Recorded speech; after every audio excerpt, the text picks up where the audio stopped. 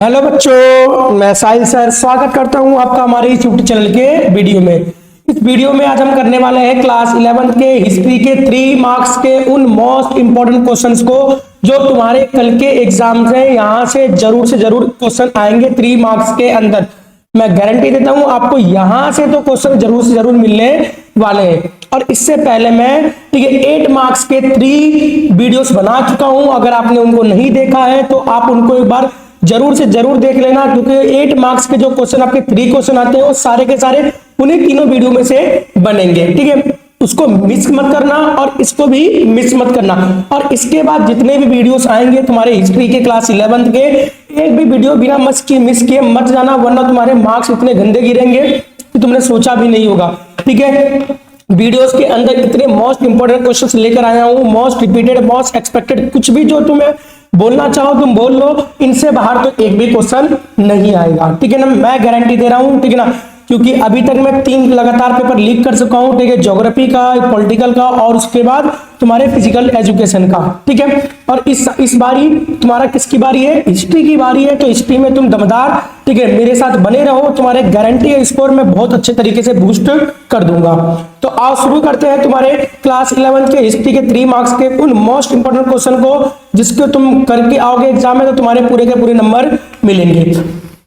तो देखो, पहला क्वेश्चन क्या कर रहा है? मेसोपोटामिया में लेखन शक्ति का उपकरण और स्मृति का माध्यम दोनों था।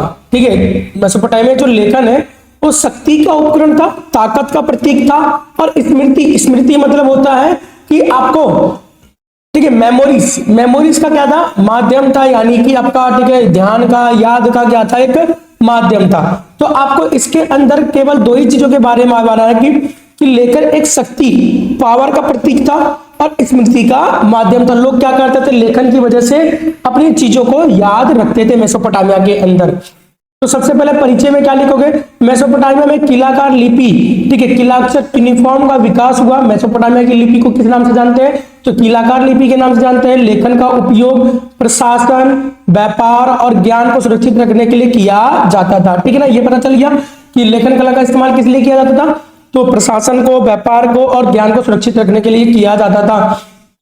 पहला प्रशासनिक नियंत्रण का साधन था जो ये, ठीक है, जो ये लेखन कला थी और प्रशासनिक नियंत्रण का साधन था। शासक लेखन के माध्यम से आदेश और कानून को जारी रखते थे। ठीक है, कर वसूली और सरकारी निर्णयों को मिट्टी की तख्तियों पर लिखा जाता था, पट्टिकाओं पर, मिट्टी की पट्टिकाओं पर लिखा जाता था। तो ये क्या करता था? प्रशासन को नियंत्रित करता था। कौन सा चीज? लेखन कला। व्यापारिक रिकॉर्ड रखने के लिए व्यापारियों के लेन देन का हिसाब लिखित रूप में रखा जाता था। ठीक ना, अनाज, पशु और वस्तुओं की खरीद फरोख्त के रिकॉर्ड मिट्टी की तख्तियों पर लिखा जाता था, मिट्टी की पट्टिकाओं पर लिखा जाता था। तो इसने व्यापार के रिकॉर्ड रखने में बहुत ज्यादा मदद किया। ऐतिहासिक और सांस्कृतिक स्मृति, तो इसने क्या किया? मेसोपोटामिया के ऐतिहासिक और सांस्कृतिक स्मृति को बनाए रखा। आज भी हमें उसकी लेखन की वजह से हम मेसोपोटामिया के बारे में पढ़ पा रहे हैं। लेखन के माध्यम से इतिहास, साहित्य और धार्मिक कथाएं सुरक्षित रखी गई। ठीक है, उदाहरण के लिए गिलगैमिस का महाकाव्य लिखित रूप में संरक्षित किया गया। तो ये किसकी वजह से है? ये तो लेखन कला की वजह से है। शिक्षा और ज्ञान का संरक्षण हुआ। ठीक है, मंदिरों और विद्यालयों में लेखन कला सिखाया जाता था और विद्वान ज्ञान को लिखकर सुरक्षित रखते थे। तो ये था आपका किसका? शक्ति और, ठीक है, किसका माध्यम? शक्ति और आपकी स्मृति का माध्यम। ये राजा की शक्ति को दिखाता था। राजा क्या करता था? अपनी, ठीक है, लेखन कला से अपने प्रशासन को नियंत्रित करता था। व्यापार को कर वगैरह जो भी लिया जाता था राजा के द्वारा, उसको नियंत्रित किया जाता था। और साथ ही साथ इसने लेखन कला ने क्या किया? ठीक है, मेसोपोटामिया के ऐतिहासिक और सांस्कृतिक स्मृति को बनाए रखा, जिसकी वजह से आज हम क्या कर पा रहे हैं? लेखन कला की वजह से आज हम मेसोपोटामिया के बारे में पढ़ पा रहे हैं। इस प्रकार लेखन शासन की शक्ति को मजबूत करने का साधन भी था और समाज की स्मृति और ज्ञान को सुरक्षित रखने का माध्यम भी था। ठीक है, पहला क्वेश्चन समझ में आ गया बच्चों। चलिए अगला क्वेश्चन देखते हैं। क्वेश्चन नंबर 2, रोमन साम्राज्य में शहरी जीवन और नागरिक पहचान के निर्माण में रोमन नगरों और वास्तुकला का योगदान बताइए। तो क्या कह रहा है क्वेश्चन? बहुत प्यारा सा क्वेश्चन है। ठीक है ना, कि रोमन साम्राज्य में शहरी जीवन और नागरिक पहचान के निर्माण में रोमन नगरों और वास्तुकला का योगदान। हमें रोमन साम्राज्य की वास्तुकला के बारे में बताना है। ठीक है, हमें किसके बारे में बताना है? रोमन साम्राज्य के वास्तुकला के बारे में बताना है। तो परिचय में क्या लिखोगे? रोमन साम्राज्य में नगर प्रशासन और व्यापार और संस्कृति प्रमुख केंद्र थे। ठीक है, जो नगर था वो प्रशासन का, व्यापार का और संस्कृति का बहुत ही प्रमुख केंद्र था। कौन सा चीज? नगर। रोमन वास्तुकला ने शहरी जीवन को व्यवस्थित और प्रभावशाली बनाया। ठीक है, चलिए, नगर प्रशासन और व्यापार के केंद्र। तो रोमन नगरों में प्रशासनिक भवन, बाजार और सार्वजनिक स्थान होते थे। ठीक है, फॉर्म व्यापार और सार्वजनिक गतिविधियों का केंद्र था। जो फॉर्म था, ठीक है ना, वो क्या था? ठीक है, व्यापार और राजनीतिक गतिविधियों का केंद्र था। तो नगर जो होते थे वो प्रशासन और व्यापारिक केंद्र हुआ करते थे रोमन साम्राज्य में।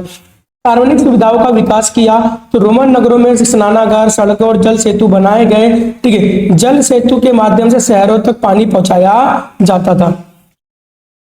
सांस्कृतिक और सामाजिक जीवन को कैसे प्रभावित किया? ठीक है ना, तो थिएटर, स्टेडियम और कोलोसियम्स जैसे भवनों ने सामूहिक जीवन को बढ़ावा दिया। उदाहरण के लिए कोलोसियम में सार्वजनिक खेल और कार्यक्रम आयोजित किए जाते थे। नागरिक पहचान का विकास किया। ठीक है ना, वास्तुकला ने रोमन साम्राज्य की वास्तुकला ने, ठीक है ना, क्या किया? रोमन साम्राज्य के शहरी जीवन और नागरिक पहचान के निर्माण में रोमन नगरों और वास्तुकला का काफी ज्यादा क्या रहा? योगदान रहा। नागरिक पहचान का विकास किया। इन नगरों में रहने वाले लोगों को रोमन नागरिक होने पर गर्व महसूस होता था। तो इस प्रकार रोमन नगरों और वास्तुकला ने, ठीक है, रोम के नगरों और वास्तुकला ने शहरी जीवन को क्या किया? विकसित किया और नागरिक पहचान को मजबूत बनाया। तो रोमन नगर को, ठीक है, और वास्तुकला को शहरी जीवन में विकसित करने में किसकी योगदान रही? तो वास्तुकला की ज्यादा योगदान रही। किस तरीके से? नगर प्रशासन, व्यापार केंद्र स्थापित किए गए, सार्वजनिक सुविधाओं को दिया गया, सांस्कृतिक और सामाजिक जीवन को दिया गया, नागरिक पहचान विकास किया। ये सब सारी चीजें किसके उदाहरण है? ये सारी चीजें, ठीक है, शहरीकरण के उदाहरण है। चलिए, क्वेश्चन नंबर 3 की बात करते हैं। तो क्वेश्चन नंबर जो 3 है आपका, ठीक है, वो चंगेज खान से है। तैमूजिन चंगेज खान के प्रारंभिक जीवन और मंगोल जनजातियों के एकीकरण, ठीक है, जातियों का एकीकरण, तैमूर का प्रारंभिक जीवन और उससे, ठीक है, हमें तैमूजिन चंगेज खान का प्रारंभिक जीवन बताना है और उसने किस तरीके से मंगोल जनजातियों को क्या किया? एकत्रित किया, उसके बारे में हमें बताना है। तो तैमूजिन, जिन्हें बाद में चंगेज खान कहा गया, मंगोल साम्राज्य के संस्थापक थे। ठीक है, अगर उसकी प्रारंभिक जीवन की बात करें तो कठिन प्रारंभिक जीवन था। तैमूजिन का बचपन बहुत ही संघर्षों से भरा था। उनके पिता की मृत्यु के बाद परिवार को कठिन परिस्थितियों का सामना करना पड़ा। उसकी बीवी को अपहरण कर लिया गया, ठीक है ना, इसको भी अपहरण कर लिया गया, ठीक है, उसके पिता को मार दिया गया। तो इस तरीके से इसकी जो प्रारंभिक जीवन था काफी कठिन था। नेतृत्व क्षमता, ठीक है ना, उन्होंने साहस और नेतृत्व के गुणों से लोगों का विश्वास जीता। इसके अंदर क्या थी? लीडरशिप की क्षमता थी। इसके अंदर क्या था? कॉन्फिडेंस था। ठीक है, तो इससे इसने क्या किया? अपने कबीलों का, ठीक है, विश्वास जीता। उन्होंने अपने समर्थकों को संगठित कर मजबूत सेना बनाई। ठीक है, योग्यता के आधार पर पद देता था। ठीक है, उन्होंने पद देने में जन्म के बजाय योग्यता को महत्व दिया। इससे लोग उनके साथ काफी ज्यादा क्या हो गए? जुड़ गए। अनुशासित सेना गठित किया। उन्होंने मंगोल सेना से संगठित और अनुशासित बनाया। तो इन नीतियों और नेतृत्व क्षमता के कारण तैमूजिन जनजातियों को एकजुट करने में सफल रहा और चंगेज खान के रूप में क्या हुआ? प्रसिद्ध हुआ था। इसने किस तरीके से एकत्रित किया? तो इसके अंदर नेतृत्व करने की क्षमता थी, इस वजह से लोगों को एकत्रित किया। इसने क्या किया? जो अपनी सेना में योग्यता के आधार पर लोगों को पद देने लग गया, ठीक है ना, और उसका इसने एक अनुशासित सेना का नेतृत्व किया। ठीक है, एक अनुशासित सेना बनाया, जिसके वजह से मंगोल को इसने क्या कर लिया? एकत्रित कर लिया। जो मंगोल बिखरा हुआ था, कबीलाएं बिखरे हुए थे, आपस में लड़ाई झगड़ा करते थे, ठीक है, उन सबको एकत्रित करने में सबसे ज्यादा महत्वपूर्ण भूमिका चंगेज खान की ही रही। बात करते हैं क्वेश्चन नंबर 4 की। पुनर्जागरण संस्कृति के विकास में फ्लोरेंस और वेनिस की भूमिका बताना। फ्लोरेंस शहर और वेनिस शहर ने किस तरीके से पुनर्जागरण संस्कृति का विकास किया? ठीक है, तो पुनर्जागरण 14वीं से 16वीं शताब्दी में यूरोप में सांस्कृतिक जागरण का काल था, जिसकी शुरुआत इटली से हुई। तो पुनर्जागरण कहां से शुरू हुआ? इटली से हुई। ठीक है, और इटली के ही तो शहर हैं फ्लोरेंस और वेनिस। ठीक है, तो पहले इन्होंने क्या किया? आर्थिक समृद्धि का विकास किया। फ्लोरेंस और वेनिस व्यापार के प्रमुख केंद्र थे। वेनिस समुद्री व्यापार से अत्यंत काफी ज्यादा समृद्ध हुआ। कला और साहित्य का संरक्षण किया इन्होंने। धनी परिवारों और शासकों ने कलाकारों और विद्वानों को क्या किया? संरक्षण दिया। ठीक है ना, जैसे कि, ठीक है, फ्लोरेंस के मेडिची परिवार कलाकारों का प्रमुख संरक्षण था। जो फ्लोरेंस था, ठीक है ना, एंजिलो, माइकल एंजिलो हो गया, ठीक है ना, तो इस तरीके से जो कलाकार हुआ करते थे उनको फ्लोरेंस और वेनिस शहरों में संरक्षण दिया गया। शिक्षा और विचारों का प्रसार किया गया। इन नगरों में विश्वविद्यालय और पुस्तकालय स्थापित की गई। फ्लोरेंस और वेनिस में कला और वास्तुकला का विकास किया। यहाँ चित्रकला, मूर्तिकला और वास्तुकला में नई शैलियां विकसित हुई। तो इन नगर राज्यों की आर्थिक शक्ति और संरक्षण के कारण पुनर्जागरण संस्कृति का क्या हुआ, काफी ज्यादा विकास हुआ। तो इन्होंने फ्लोरेंस और वेनिस शहर ने कैसे विकसित किया, तो इन्होंने आर्थिक समृद्धि दिया, ठीक है, कला और साहित्य को संरक्षण दिया, शिक्षा का प्रसार किया और कला और वास्तुकला का विकास किया। इस वजह से जो पुनर्जागरण की जो संस्कृति थी उसको काफी ज्यादा, ठीक है, विकास करने में सहायता मिली। चलिए बात करते हैं क्वेश्चन नंबर 5 की। तो जापान के आधुनिकीकरण का अंतरराष्ट्रीय स्थिति पर प्रभाव, कि जापान ने जब आधुनिकीकरण कर लिया अपने आप को तो उसका इंटरनेशनल लेवल पे क्या इफेक्ट पड़ा। तो 19वीं शताब्दी के अंत में जापान ने मेजी पुनर्स्थापना के बाद तेजी से आधुनिकीकरण किया। पहला, औद्योगिक विकास किया, नए उद्योगों और कारखानों की स्थापना किया। किसने, जापान ने। कपड़ा और इस्पात उद्योगों का विकास किया, ठीक है। उसके बाद आधुनिक सेना का निर्माण किया। जापान ने आधुनिक सेना और नौसेना बनाई, ठीक है, फ्रांस के आधार पर। अंतरराष्ट्रीय शक्ति के रूप में उभरना, तो जापान ने कई युद्धों में जीत हासिल की और चीन और रूस के खिलाफ युद्ध में विजय भी रहा। विश्व राजनीति में प्रभाव छोड़ा। इन सफलताओं से जापान एक प्रमुख शक्ति बन गया, ठीक है। तो अंतरराष्ट्रीय स्तर पर क्या प्रभाव पड़ा इसका, इसके आधुनिकीकरण से, तो अंतरराष्ट्रीय स्तर पर यह प्रभाव पड़ा कि एक विश्व शक्ति बन गया। कौन, जापान। आधुनिकीकरण के कारण जापान 20वीं शताब्दी की शुरुआत तक विश्व की प्रमुख शक्तियों में शामिल हो गया। किसकी वजह से, अपने आधुनिकीकरण की वजह से। क्वेश्चन नंबर 6 देखते हैं। तो क्वेश्चन नंबर 6 क्या कह रहा है कि उत्तरी अमेरिका और ऑस्ट्रेलिया के आदिवासी लोगों पर यूरोपीय उपनिवेशवाद का क्या प्रभाव पड़ा। जब, ठीक है, उत्तरी अमेरिका और ऑस्ट्रेलिया के, ठीक है, ऑस्ट्रेलिया में जब यूरोप के लोग जाने लग गए तो उन्होंने किस तरीके से, ठीक ना, उनको गुलाम बनाया, किस तरीके से उसके ऊपर प्रभाव डाला, ये क्वेश्चन हमें एक्सप्लेन करना है। तो यूरोपीय उपनिवेशवाद ने उत्तरी अमेरिका और ऑस्ट्रेलिया के आदिवासी समाजों पर गहरा प्रभाव डाला। पहला क्या क्या, भूमि का अधिग्रहण किया, उनकी भूमि इन्होंने छीन ली, ठीक है। ऑस्ट्रेलिया और अमेरिका के, उत्तरी अमेरिका के मूल निवासियों की जो आदिवासी थे उनकी जो भूमि थी इन्होंने छीन लिया। यूरोपीय लोगों ने आदिवासियों की भूमि पर कब्जा कर लिया। कई जनजातियों को अपनी पारंपरिक भूमि को क्या करना पड़ा, छोड़ना पड़ा। जनसंख्या में कमी, नई नई बीमारियों के कारण आदिवासी जनसंख्या तेजी से घट गई। जब यूरोपीय लोग आए उत्तरी अमेरिका और ऑस्ट्रेलिया के अंदर तो अपने साथ बहुत सारी बीमारियां लेके आए, प्लेग जैसी बीमारियां लेकर आए, जिसकी वजह से, ठीक है, जो आदिवासी थे उनके अंदर फैलने लग गया, उनकी जनसंख्या कम हो गई। अब भाई इनको तो आता था बचना, ठीक है ना, इनको तो बचना आता था तो बच गया, लेकिन वो नहीं बच पाए। सांस्कृतिक प्रभाव, उनकी परंपरा और जीवन शैली काफी ज्यादा प्रभावित, उनकी परंपराओं जीवन शैली को नष्ट कर दिया इन्होंने। विस्थापन किया गया, कई समुदाय को आरक्षित क्षेत्रों में रहने के लिए क्या कर दिया गया, मजबूर कर दिया गया। इस प्रकार यूरोपीय उपनिवेशवाद ने दोनों क्षेत्रों के आदिवासी समाज और संस्कृति और जनसंख्या पर गहरा प्रभाव डाला। क्या क्या प्रभाव डाला, तो सबसे पहले उनकी भूमि को छीन लिया, जनसंख्या में कमी हुई क्योंकि बीमारियां फैलने लगी, संस्कृति को नष्ट कर दिया और विस्थापन करना बड़ा किनको, ठीक है, इनको। चलिए अगला क्वेश्चन देखते हैं। क्वेश्चन नंबर 7 की बात करते हैं। ट्रोल ऑफ टीयर्स, ठीक है, आंसुओं की राह, ठीक है, ट्रोल ऑफ टीयर्स, ठीक है, आंसुओं की राह का नेटिव अमेरिकन जनसंख्या पर क्या प्रभाव पड़ा। आंसुओं की राह का, ठीक है, अमेरिकी मूल निवासियों पर क्या प्रभाव पड़ा, ठीक है ना। चलिए, तो 1830 के दशक में अमेरिकी सरकार ने कई नेटिव अमेरिकन जनजातियों को उनकी भूमि से हटाकर दूसरे क्षेत्रों में भेजा, जिसे ट्रोल ऑफ टीयर्स यानी कि आंसुओं की राह कहा जाता है। क्या कहा जाता है, आंसुओं की राह कहा जाता है, ठीक है। जब 1830 के दशक में अमेरिकी सरकार ने बहुत सारे मूल निवासियों को उनकी जगह से हटाकर दूसरे जगह पर विस्थापित कर दिया, उसे ही ट्रोल ऑफ टीयर्स कहा जाता है। तो इसमें क्या क्या किया गया, तो जबरन विस्थापन किया गया, कई जनजातियों को अपनी पारंपरिक भूमि छोड़ने के लिए मजबूर किया गया। उदाहरण के लिए चिरोकी जनजाति को हजारों किलोमीटर दूर भेजा गया। जनसंख्या में भारी नुकसान हुआ। यात्रा के दौरान बीमारी और कठिन परिस्थितियों के कारण कई हजारों लोगों की क्या हो गई, मृत्यु हो गई, भूखमरी के कारण, ठीक है ना, बीमारी के कारण, ठीक है, आंसुओं की राह में ही मृत्यु हो गई। सामाजिक और सांस्कृतिक प्रभाव, तो जनजातियों की सामाजिक संरचना और संस्कृति को गहरा नुकसान पहुंचा, ठीक है। सरकारी नीतियों का संकेत, तो यह घटना दर्शाती है कि अमेरिकी सरकार ने विस्तार और भूमि प्राप्ति को प्राथमिकता दी, ठीक है। आदिवासियों को नहीं देखा, उन्होंने बस क्या सोचा अमेरिकी सरकार ने कि हमें क्या चाहिए, केवल भूमि चाहिए इन आदिवासियों से। तो troll of tears native American इतिहास की एक दुखद घटना थी जिसने उसकी जनसंख्या और संस्कृति को काफी ज्यादा गंभीर नुकसान पहुंचाया, ठीक है बच्चों। चलिए अगला बात करते हैं क्वेश्चन नंबर 8 की। तो मेसोपोटामिया के तत्कालीन देहातों में जमीन और पानी के लिए बार बार झगड़ा क्यों होता था। मेसोपोटामिया के जो देहाती इलाके थे उनमें जमीन और पानी को लेकर क्यों हमेशा लड़ाई झगड़ा देखने को हमें मिलता है। तो मेसोपोटामिया की सभ्यता दजला और फरात नदियों के बीच विकसित हुई थी।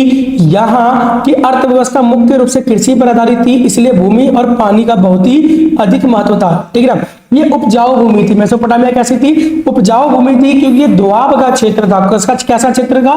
ठीक है, दोआब का क्षेत्र था। दजला और फरात नदियों के बीच का दोआब का क्षेत्र था। सीमित उपजाऊ भूमि, ठीक है ना, उपजाऊ भूमि कम थी, पानी वगैरह तो ज्यादा थी लेकिन उपजाऊ भूमि कम थी। ठीक है, तो मेसोपोटामिया में उपजाऊ भूमि सीमित थी, किसान अधिक उत्पादन के लिए अच्छी जमीन चाहते थे, इसलिए जमीनों को लेकर काफी ज्यादा विवाद हमें देखने को मिलता था। कई गांव उपजाऊ नदी के किनारे ही की भूमि पर अधिकार पाने के लिए लड़ते थे। ठीक है, किसके लिए लड़ते थे? जहां उपजाऊ भूमि है उसको लेकर, उस जमीन को लेकर लड़ाई करते थे, उपजाऊ भूमि को लेकर। सिंचाई व्यवस्था पर निर्भर था, तो खेतों नहरों के पानी पर निर्भर थी। ठीक है ना, सिंचाई किसके द्वारा होता था? खेतों नहरों से होता था। यदि किसी गांव को कम पानी मिलता था तो उनके बीच क्या होता था? झगड़ा हो जाता था। एक गांव द्वारा नहर का पानी रोक लेने पर दूसरे गांव के खेत सूख जाते थे। ये लोग क्या करते थे? ऊपरी इलाके के लोग, ठीक है, मेसोपोटामिया के ऊपरी इलाके के लोग क्या करते थे?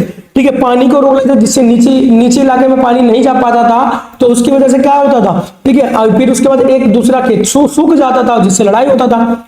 बाढ़ और सूखे की समस्या, दजला और फरात नदियों में कभी बाढ़ और कभी सूखा पड़ता था, जिससे पानी की उपलब्धता अनिश्चित रहती थी। सूखे के समय पानी के सीमित प्रयोग के कारण संघर्ष बढ़ जाता था। ठीक है, जब सूखा पड़ेगा, पानी नहीं होगा, तो क्या होगा? लड़ाई झगड़ा होगा पानी को लेकर। समुदाय भूमि व्यवस्था, ठीक है, कई क्षेत्रों में भूमि सामूहिक रूप से उपयोग की जाती थी, जिससे अधिकार को लेकर काफी ज्यादा विवाद होता था। तो मेसोपोटामिया में जो कुछ भूमियां थी, उस भूमियों पर क्या होता था? कुछ लोग मिलकर, ठीक है ना, खेती करते थे, जिससे उनके बीच लड़ाई झगड़ा देखने को मिलता था। तो इस प्रकार सीमित भूमि, सिंचाई व्यवस्था और प्राकृतिक परिस्थितियों के कारण मेसोपोटामिया के देहातों में जमीन और पानी को लेकर अक्सर लड़ाई झगड़े देखने को हमें मिलते थे। ठीक है, अगली बात करते हैं क्वेश्चन नंबर 9 की। तो रोमन साम्राज्य की तीसरी शताब्दी के संकट का परीक्षण कीजिए। हमें तीसरी शताब्दी के संकट के बारे में हमें बताना है। तो तीसरी शताब्दी का संकट, ठीक है, 235 से लेकर 284 ईस्वी में रोमन साम्राज्य गंभीर राजनीतिक और आर्थिक सैन्य संकट से गुजर रहा था, जिसे तीसरी शताब्दी का संकट कहा जाता है। ठीक है ना, एक क्वेश्चन ऐसे भी बनता है कि ठीक है, शांति का काल किसे कहा जाता है? तो शांति का काल जो होता है ऑगस्टस के शासनकाल को कहा जाता है। ठीक है ना, शांति का काल, ये भी याद रखना। ठीक है ना, और एक तीसरी शताब्दी का संकट। तो तीसरी शताब्दी का संकट क्या था? राजनीति अस्थिरता आ गई थी। इस काल में बार बार सम्राट बदले गए और कई सम्राटों की हत्या भी की गई। इस शासन कमजोर हो गया। ठीक है ना, सेना के समर्थन से कई लोग सम्राट बनते और जल्दी हट जाते थे। ठीक है, तीसरी शताब्दी में क्या हुआ? जो सम्राट बनते थे वो सेना के द्वारा बनाए जाते थे, और जब सेना को पसंद नहीं आता था सम्राट, तो उसको हटा देते थे, निकल, ठीक है, इस तरीके से बोल के निकाल देते थे। तो अगला सैन्य संकट भी आ गया। सीमाओं पर जर्मनी, ठीक है, जनजाति और फारसियों के आक्रमण बढ़ गए थे। ठीक है, जर्मनी जनजातियों ने, ठीक है ना, गौड़ जनजातियों ने क्या किया? ठीक है, इसके पश्चिमी रोमन साम्राज्य के पश्चिमी क्षेत्र पर काफी ज्यादा हमला किया। ठीक है ना, जर्मनी जनजातियों ने रोमन क्षेत्रों पर बार बार हमला किया, जिससे क्या होगा? रोमन जो था वो सैन्य संकट से घिर गया। आर्थिक संकट भी आ गया, बार बार युद्ध करना, अस्थिरता के कारण व्यापार कम हो गया और कर बढ़ गए। किसानों और व्यापारियों पर भारी कर लगाए गए, जिससे आर्थिक संकट आ गया। सामाजिक समस्याएं देखा जाए तो गरीबी और असुरक्षा बढ़ने लगी, लोग गरीब होने लगे, ठीक है, असुरक्षा बढ़ने लगी, जिससे जनता का जीवन काफी ज्यादा क्या हो गया? कठिन हो गया।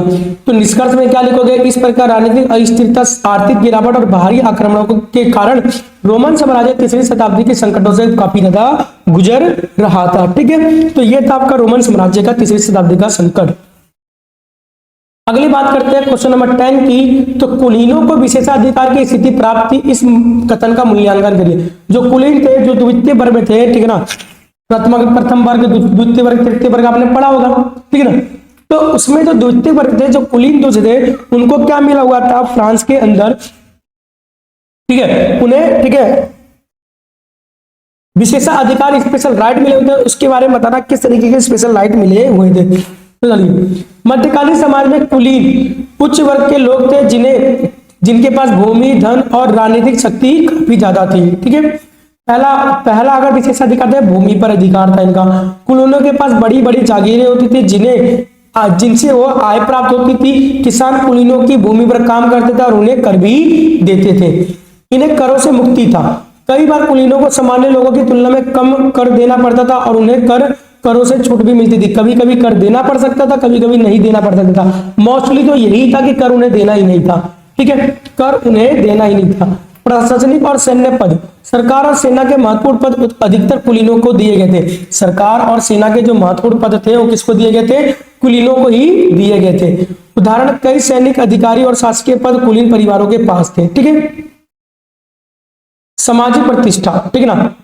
चौथा क्या है? सामाजिक प्रतिष्ठा इनके पास समाज में काफी ज्यादा, ठीक है, हैसियत प्राप्त थी। समाज में कुलीनों का सम्मान और प्रभाव अधिक था और उनके निर्णयों को महत्व भी दिया जाता था। ठीक है, निष्कर्ष में क्या लिखोगे? इस प्रकार भूमि, शक्ति और सामाजिक प्रतिष्ठा के कारण कुलीनों को समाज में विशेषाधिकार प्राप्त थे।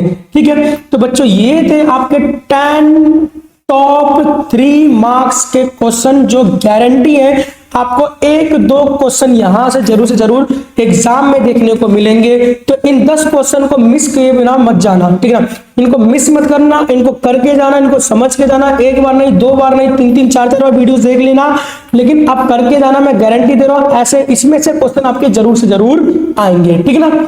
तो बाकी के क्वेश्चंस के लिए हम मिलते हैं जल्द ही नेक्स्ट वीडियो में। तब तक आप इनकी तैयारी कीजिए, टॉप 3 के 3 मार्क्स के क्वेश्चंस और टॉप 6 मार्क्स के क्वेश्चंस को, ठीक है ना। और बताइए अगर आपको किसी और चीज की नीड है, ठीक है, तो मुझे कमेंट करिए, ठीक है। मैं आपको, ठीक है, जो भी चीजें हैं, ठीक है, वो सारी चीजें मैं आपको क्या करूंगा, प्रोवाइड करूंगा। अगर वीडियो अच्छी लग रही हो, मेरे कंटेंट पसंद आ रहे हो, मेरे द्वारा कराए गए एक्सप्लेनेशन, मेरे द्वारा दिए गए नोट्स अगर तुम्हें अच्छे लग रहे हैं तो तुम क्या करो, चैनल को सब्सक्राइब कर लो और वीडियो को लाइक कर लो, अपने दोस्तों को भी भेज दो, ठीक है ना। क्योंकि तुम्हारा एक लाइक और एक शेयर मेरे लिए 1000 ऑफ मोटिवेशन होगा, ठीक है ना। अगर तुम मुझे मोटिवेट करते रहोगे तो मैं इसी तरीके से तुम्हारे लिए वर्क करते रहूंगा, ठीक है। तो मिलते हैं जल्दी ही नेक्स्ट वीडियो।